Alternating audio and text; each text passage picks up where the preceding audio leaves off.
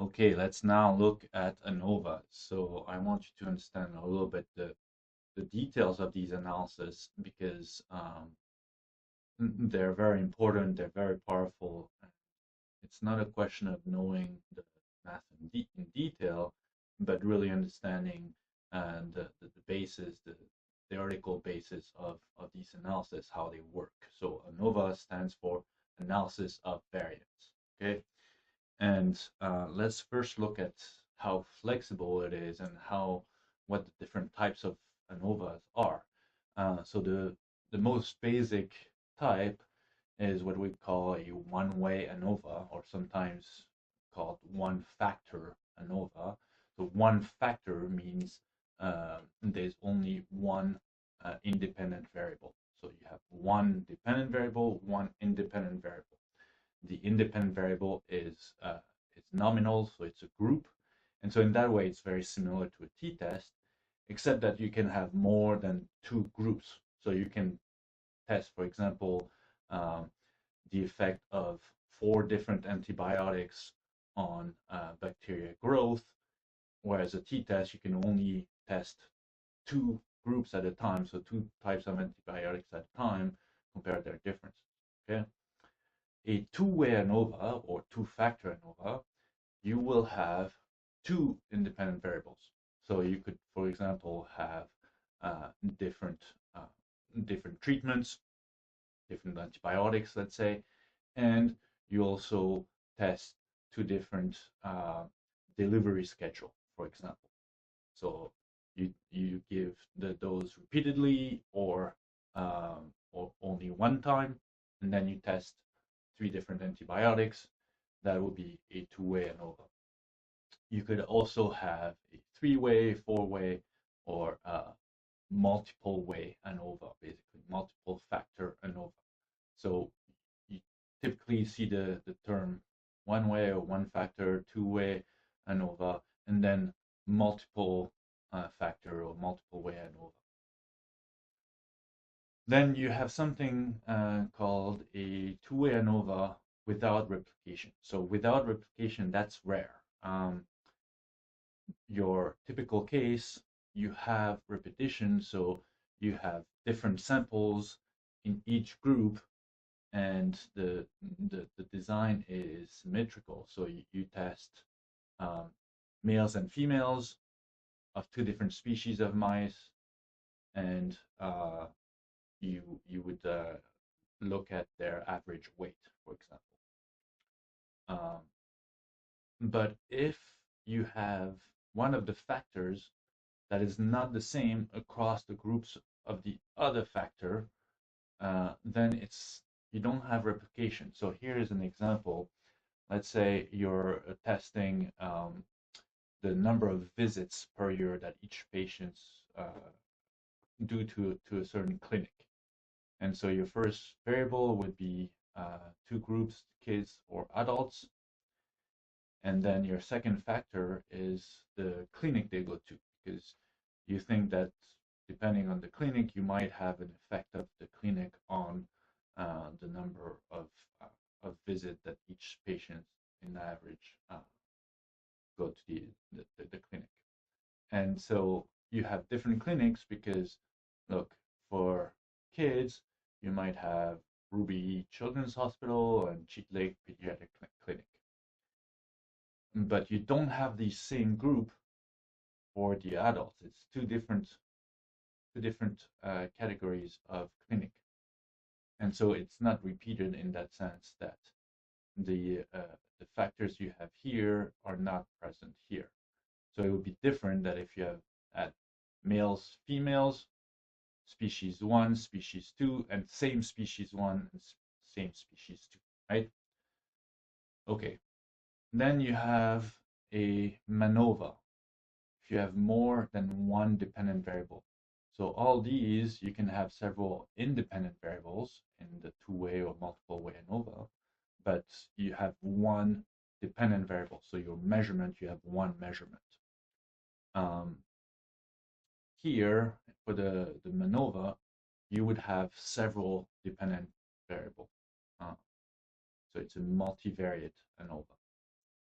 The ANCOVA, that's when it's a little bit of mix between a correlation analysis and an ANOVA. So you'll see in module 6 the correlation analysis, where both your dependent and your independent variable are continuous, so measurements, numbers.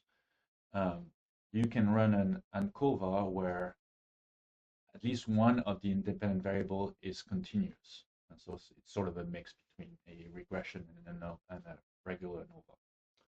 Then you have the nested ANOVA. So it could be a one-way, two-way ANOVA. And that's when uh, you have different set of samples.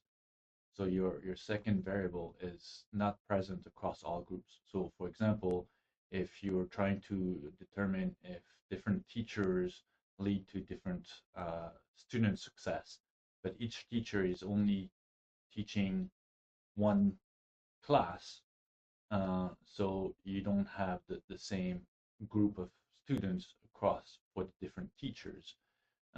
So one factor is nested within the other one. Okay, so now in terms of the way the analysis is constructed, is based, you have to think of it as the different factors being a source of variability. Okay, so you have all your samples from all the groups and all that, and you have variability in your measurement, and you're trying to figure out where that variability comes from. So if you have additional factors, if you sort of take into account everything that can cause this variability, then you can account for that variability, and you can attribute differences in the measurements to that variability. So if you think of the mean for a certain group is equal, so it's gonna you can calculate it by taking the mean for all groups, and then you have specific effects. And then at the end, you have the variability that's not explained. That's the noise. So let's take an example. You look at the height of women, for example, in a certain country, like here I took North Korea because there are inequalities in terms of nutrition. So you assume that maybe malnutrition could affect their height. Okay, and so you know that the height of these women will be due to the average height of humans plus the effect of sex plus any possible effect of malnutrition, maybe effect of ethnic background, um, and then you have other source of variability that you don't you can't account for, okay, because you don't have any hint if you want. So you can predict more reliably the height of certain group of individual, knowing these different factors. Okay, um, and so practically, how do you calculate that? You're trying to compare the mean and the variability of the different groups. So specifically, we calculate something called an F ratio, where we look at the variability between groups. So if you have, let's say, that curve at the back, that's your whole data set, and you have the overall mean. Well, is that mean, do you have different group within that overall group? And so specifically here, you can see the between group variance. So if you have three groups here with different means, the variance, the distance, if you want, between the means will be fairly large compared to the variance within. So here, this is the variance within. You see the variability is fairly small within each group, but because each group has a difference in mean, you'll have a large between group variance. So this number, between group variance, is going to be large, compared to this number, the within group variance. Okay, so the bigger this F ratio, the more there's a chance that these three groups really have a significant difference in mean. And to calculate the probability that these groups are really different, you compare that with basically your null hypothesis, a sort of theoretical data set where you have no difference amongst your group. So imagine you have your Gaussian distribution and you say that all of your samples across the different groups come from the same distribution. Okay. And in your data set, let's say you have 10 samples per group. So you can randomly take 10 samples from this distribution and then take 10 other samples. Okay. The means will be a little bit different because you chose randomly your samples, and so you'll have a small difference in the mean, but it's going to be a relatively small difference. You'll also have variance, and so you can calculate this F ratio based on a data set where you know there's no difference, right? You theoretically created this population with no difference. And you can rerun this many, many times to calculate the kind of F value you get if you have no difference amongst your group. And so you get this distribution of F value like this, where most numbers, most F values will be pretty small because you will not have a big difference between the groups. This number will be small compared to the variability within the group, okay? And so most number will be small, and there's only a small probability that the numbers will be big. So you can calculate, let's say you choose a threshold of 0.05. What's your threshold, your biggest F value you would get to have this probability of 0.05 that the number is at least as big as that. And so you can create tables with these critical F values. So let's say you have a threshold probability for significance here of 0.05, and these things here are basically the characteristic of your data set.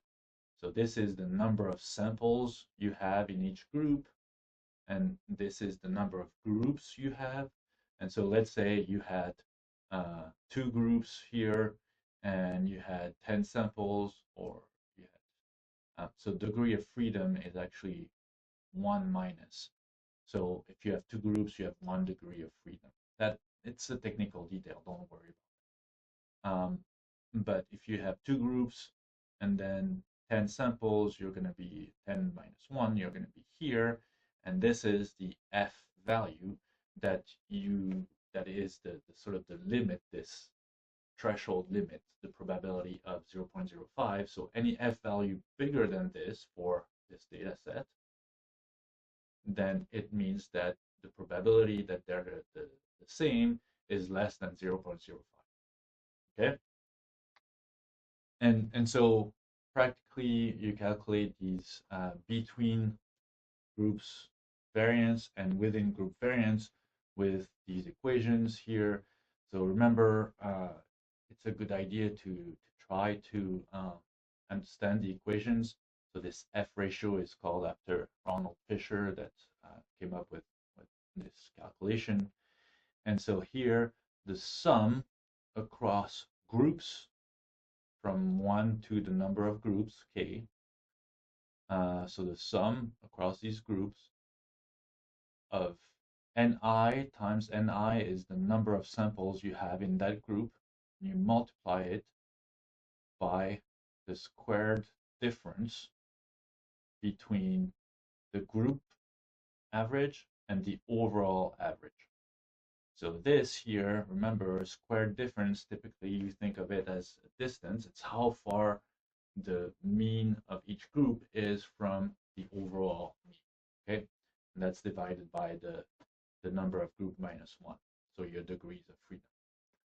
And here, the within group variance, it's the sum across the groups and across the samples, so J I1 to n, and I equals 1 to k, and that's each sample, so sample yij, minus the mean for that group I, squared. So the difference, the distance, if you want, because it's squared, so the distance between each sample and its group average, and then divided by the number, the degrees of freedom. So here it's sample size minus.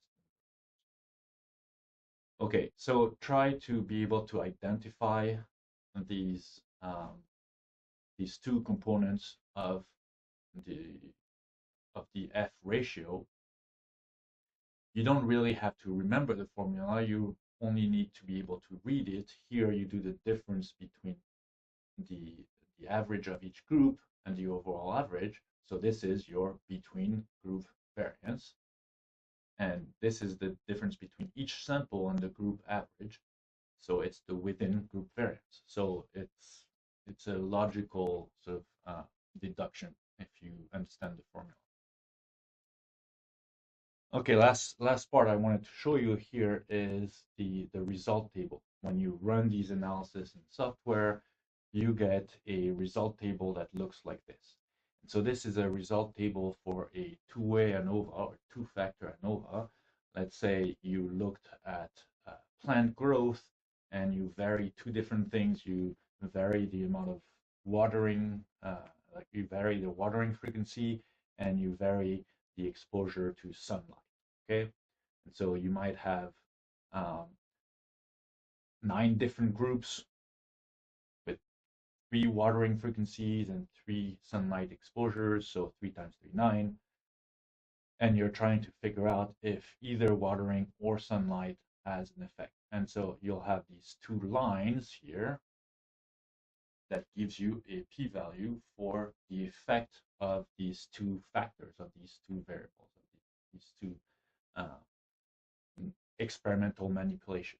But you will also have this interaction effect. So it's possible that the effect of sunlight is different if you have a lot of water or not a lot of water. Let's say sunlight might be good when you have a lot of water, but if you don't have a lot of water, sunlight might be bad because it's drying up even more the plant. So you might have different effects. So there's an interaction between these two. During the tutorials, we'll talk about this more, but take another example. If you think about the effect of hormones in males and females, well, maybe let's say fertility of males and females, you give some hormone like estrogen. Well, in females, it might have a positive effect on fertility, and male a negative effect, right? So there's an interaction. They might each have a separate effect. So male versus females, or the treatment versus no treatment might have an effect. But what's really interesting is that you have an interaction. The effect is different. The effect of the hormone is different in males and females. And so here there's no interaction. But we can see that only sunlight exposure had a significant effect. So the p-value is small. In these tables, the other things you see is the F ratio. So this can be important often in papers and in publications. You will see not only the p-value but also the F ratio, because the p-value, if you don't know either the F ratio or the sample size, it's hard to judge how reliable your p-value is. Remember that the smaller the sample size, the more likely you're going to have false positive or false negative results.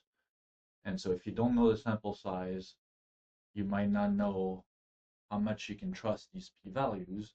But the F ratio includes the appreciation of how sample size, how reliable your effect is.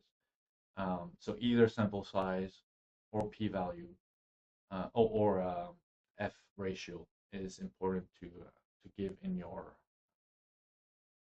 result on top of the p-value. Okay, and these other factors are things that come into the calculation of the F ratio. Frankly, for us, it's not something that we pay much attention to, um, but it's there in case you need it. Okay, make sure you understand these concepts, and then we'll move on to multiple comparisons and post hoc analysis.